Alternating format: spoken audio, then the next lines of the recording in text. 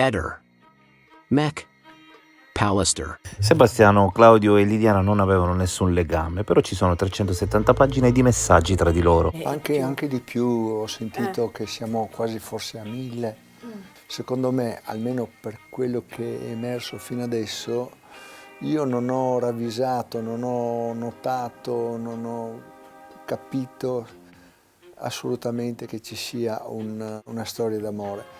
Parliamo invece di una grande amicizia, di un grande affetto, parliamo di un grande affetto, ma non di una storia d'amore, assolutamente. Tu mi devi spiegare perché due persone perdono un sacco di tempo perché ci vuole, così, ecco, e poi mandi il messaggio e poi lo cancelli.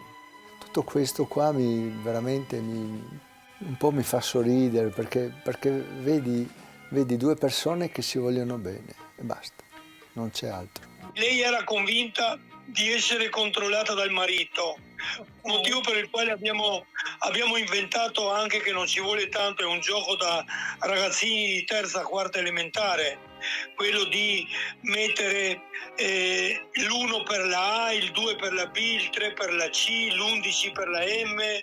Okay. Allora, io se ti scrivo 3, 1, 11 uguale ciao amore mio. Però noi avevamo trovato il modo da adulti per non farci beccare nei messaggi, nelle parole, nelle telefonate, eccetera, da un adulto che era suo marito in quel caso. Tutto là. E Liliana cancellava i messaggi. Anche, me lo aveva chiesto anche a me. E tu li avevi cancellati? Ma tanti sì, però anche cancellandoli, siccome erano i WhatsApp, sono stati comunque tirati fuori, come ben si sa. Io so che ho messo il mio telefono a loro disposizione, il giorno 15 ce lo sono tirato giù. Il problema era che quella volta ancora non era stato individuato, diciamo, il sistema di dialogo tra di noi due. Allora anche la polizia probabilmente non ci ha capito un granché, pensavano a messaggi atomici di spioni cinesi e russi, e invece era banalmente il discorso di due che volevano raccontarsi le loro storie senza che gli altri capissero. Tutta là. Erano i momenti in cui lei era meno sotto controllo da parte del marito, lui era o appena andato via o quella. Io sono convinto che lui la controllava addirittura per telefono. Io non ho mai toccato i telefoni di Liliana, mai.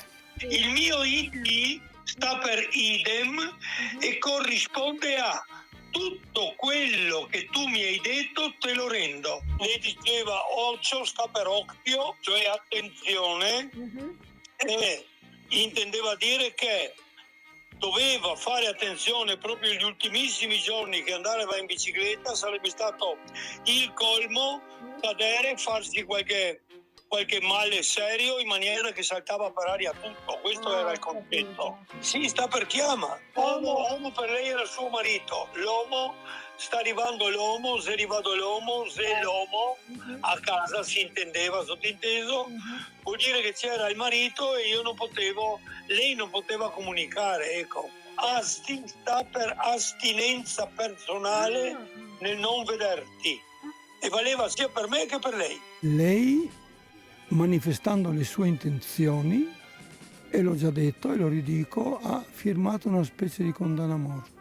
Lei stava tenendo duro per riuscire a superare gli ultimi giorni di stare con lui, perché il successivo giovedì, cioè 2 giorni dopo la sua scomparsa, massimo venerdì, dovevamo andarsene da Trieste e passare via da Trieste assieme il primissimo nostro weekend della vita. Era tenace lei nel tenere duro ancora per pochi giorni. Ehi, non dimenticare di iscriverti a questo canale.